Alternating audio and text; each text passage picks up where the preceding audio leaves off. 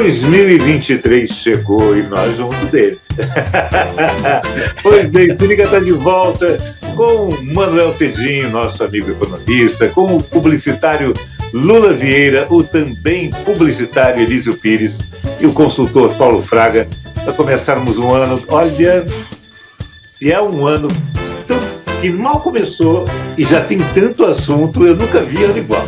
Pois bem, vamos começar pelo nosso Manuel Tedinho, que eu tenho certeza que está impressionado com esse ano que começa.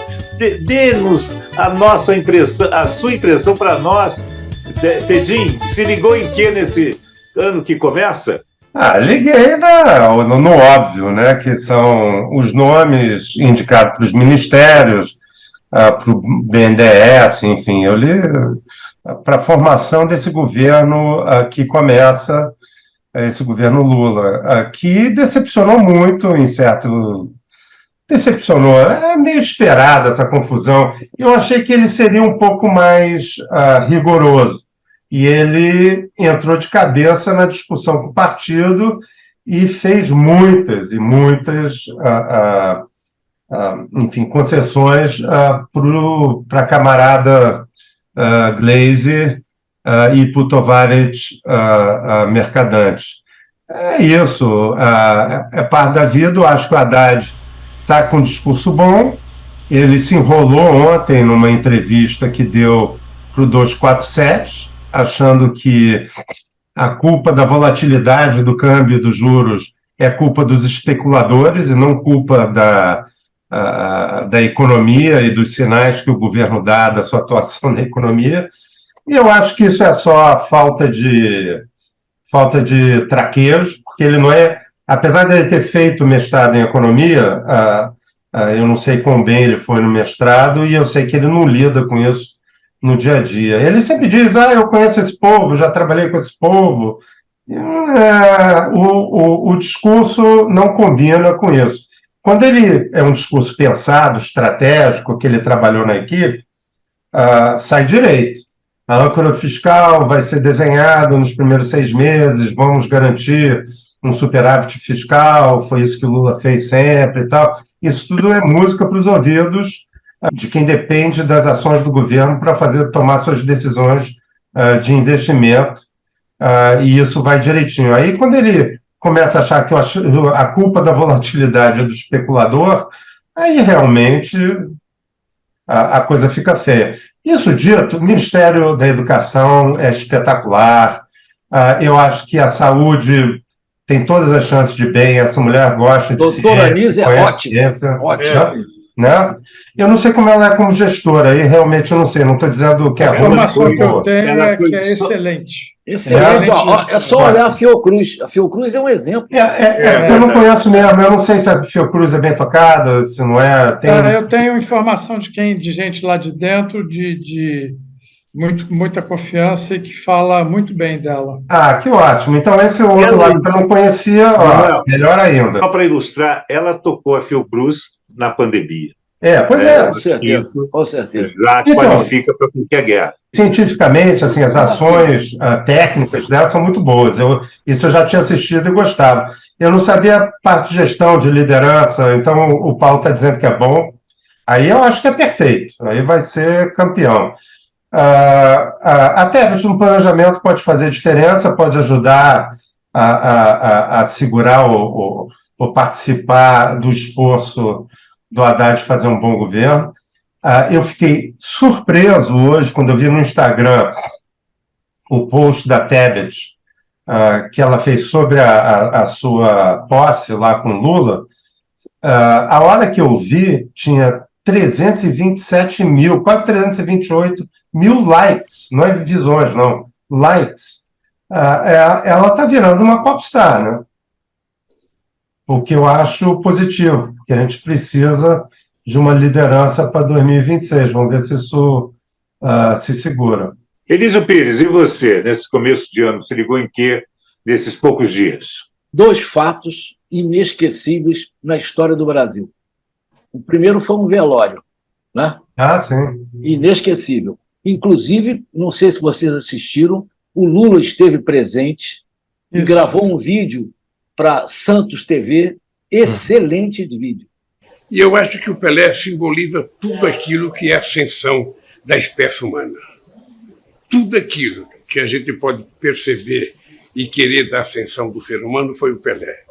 Totalmente de improviso, mas excelente.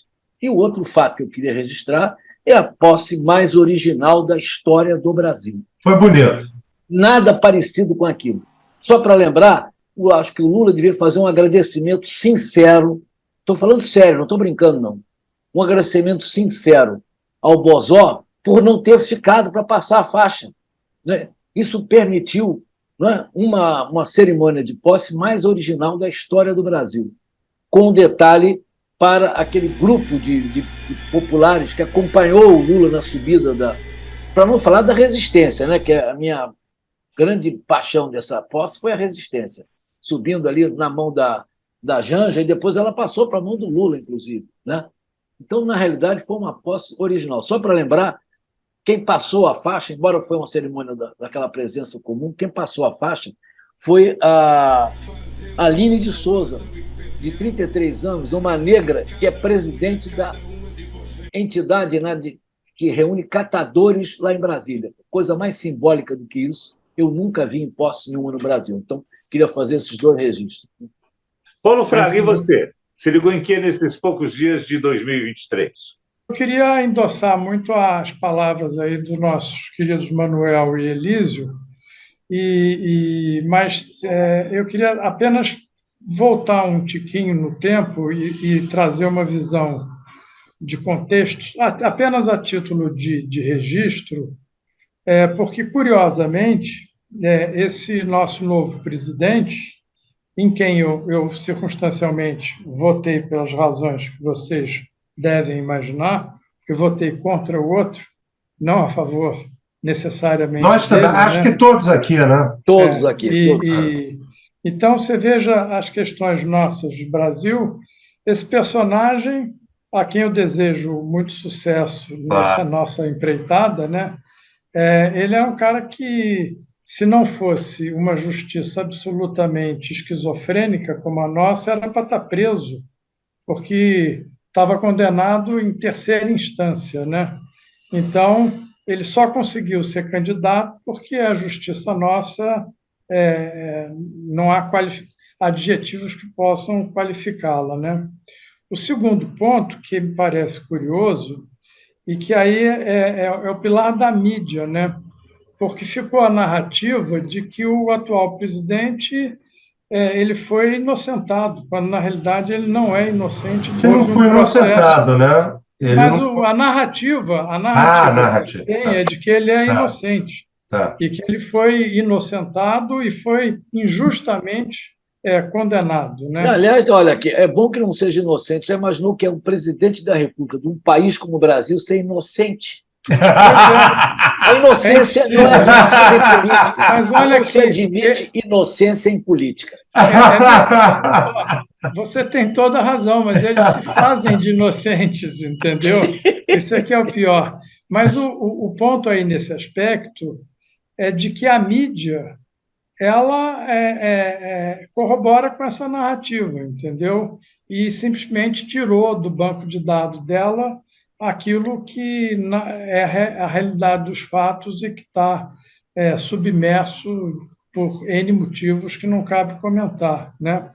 E o terceiro e último, e o mais surpreendente, é de que o outro, graças a Deus, entregou um jogo que ele tinha tudo para ganhar, tá certo? Porque ele chegou onde chegou de uma maneira inteiramente inacreditável, até porque nem participou de campanha nem nada, teve a oportunidade da vida dele e ele pegou essa oportunidade e jogou fora pelo fato de ser um incapaz completo e um débil mental asqueroso, entendeu? Dito isso, eu passo a bola para vocês de volta. Eu deixei por último, e não foi sem querer, o Lula Vieira, que é Lula lá e Lula cá. Ai, meu Deus do céu. Ninguém festejou mais essa vitória do Lula do que o nosso Lula, né? Que eu acho não, tenho certeza, nós torcíamos mais pelo nosso do que pelo de lá. Não, ele é lulista desde criancinha. Isso, né? E que eu quero saber dele agora que se apresenta um governo com sinais evidentes de como vai se comportar, pelo menos numa primeira etapa, né? Como é que ele está recebendo isso aí? Aliás, esses primeiros dias, eu acredito que você vai falar desse assunto, que é a chegada do Lula. Se não for, me escanteie na minha questão e me diga o que impressionou você nesses primeiros dias, meu caro Lula Vieira. Eu adorei a festa, participei dela e na alma eu vejo com uns olhos muito otimistas o panorama brasileiro. Claro que brevemente estaremos todos fazendo uma dura crítica ao que o Lula pode fazer de errado, que ele pode perder de oportunidade de fazer um bom governo. Mas até agora eu ainda sou presa de uma total euforia. Aquele avião da FAB indo embora, levando... uma alegria tão grande. É de uma beleza. Maravilha, maravilha. Eu fiquei feliz. E também fiquei muito comovido com a ida de um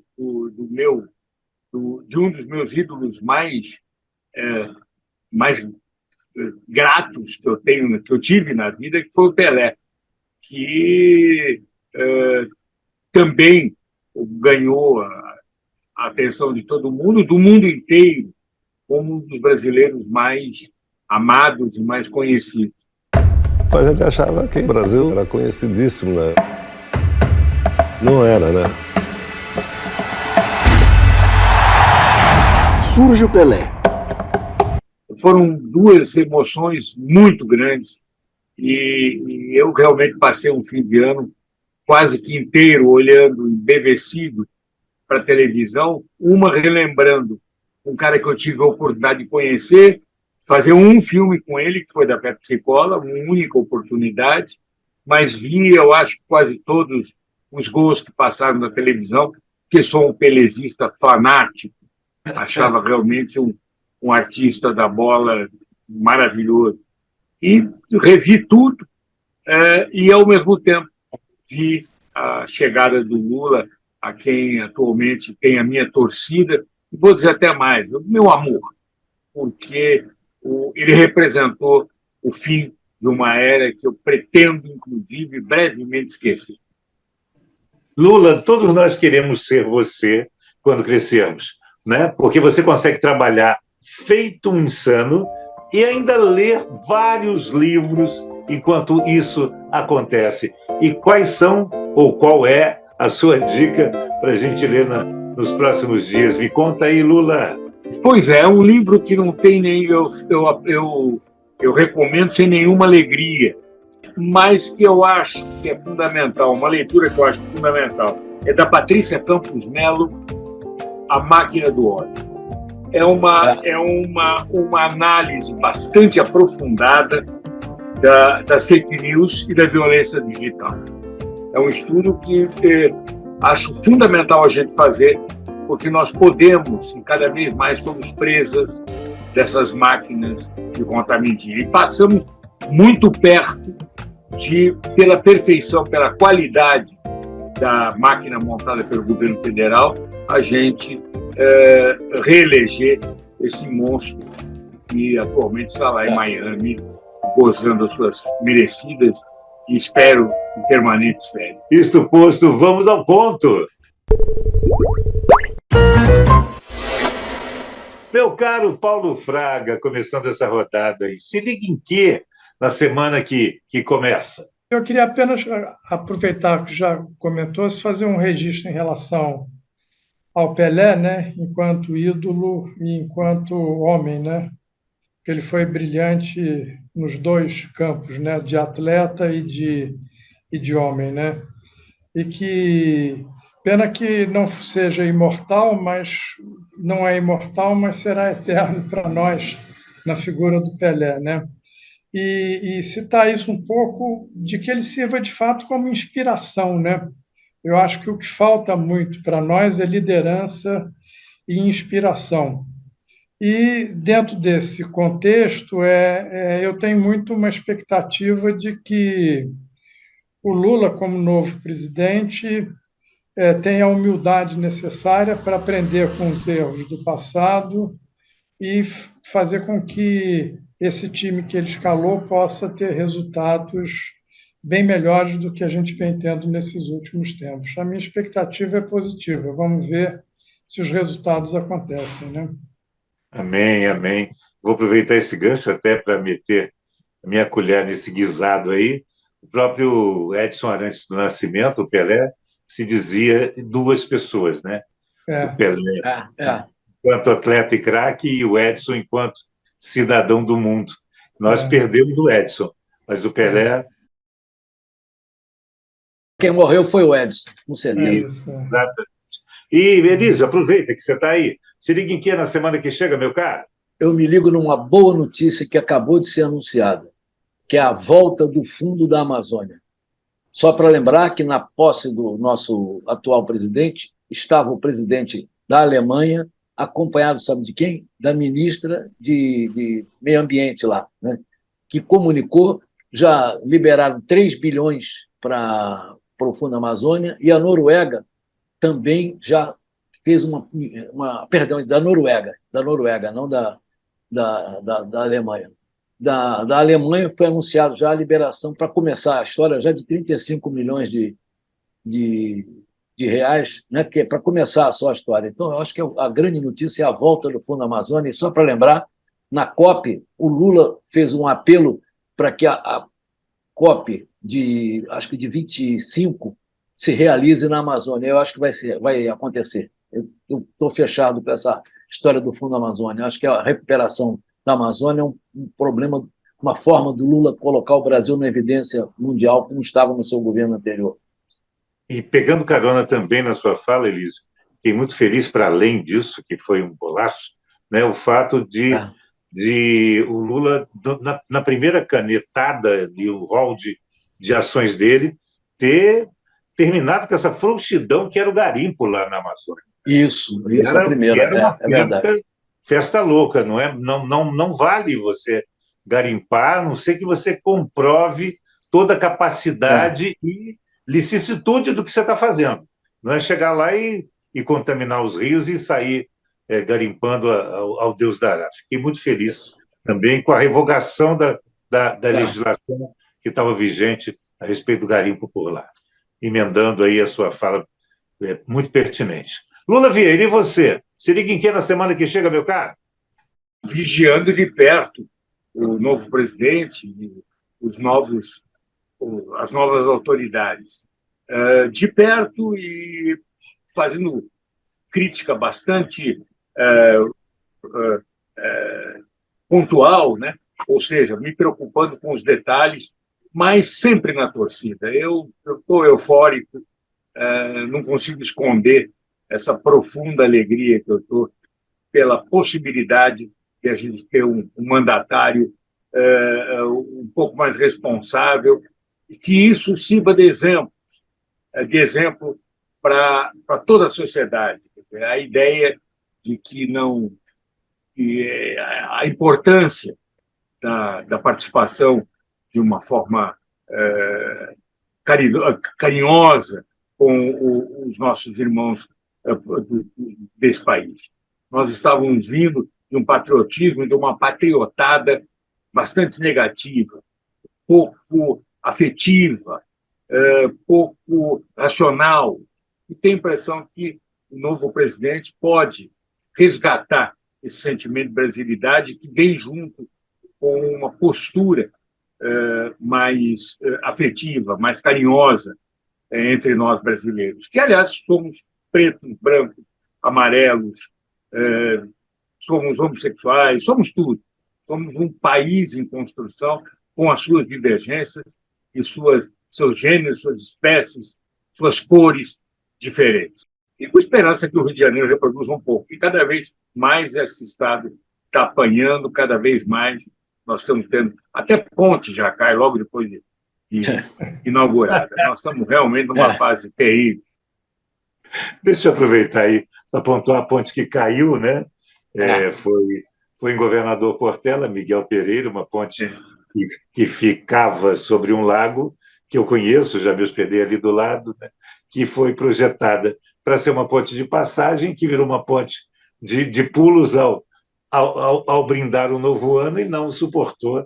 Foi dentro d'água, graças a Deus ela era baixinha, o lago também rasinho, ninguém se machucou. Quer dizer, qual é o lugar que Governador Portela, em Miguel Pereira.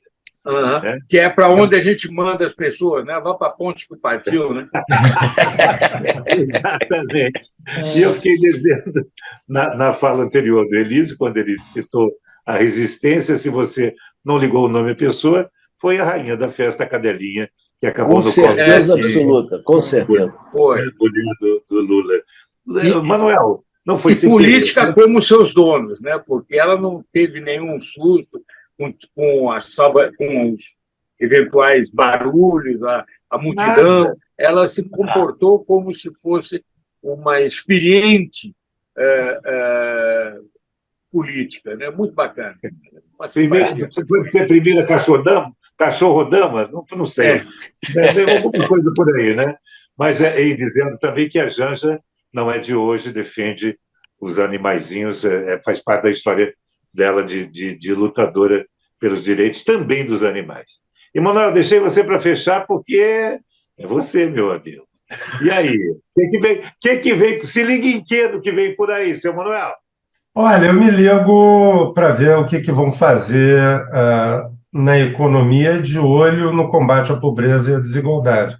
Porque se a economia não vai bem, não se combate a pobreza, não tem dinheiro para investir em educação, saúde, transferência de renda, assistência a velho, enfim, o jogo todo que é necessário, assistência à primeira infância, que é fundamental, enfim, combate à pobreza, acabar com essa pobreza, essa desigualdade absurda que o Brasil tem, requer um governo com capacidade de investimento e com olhar criterioso para saber como e onde investe.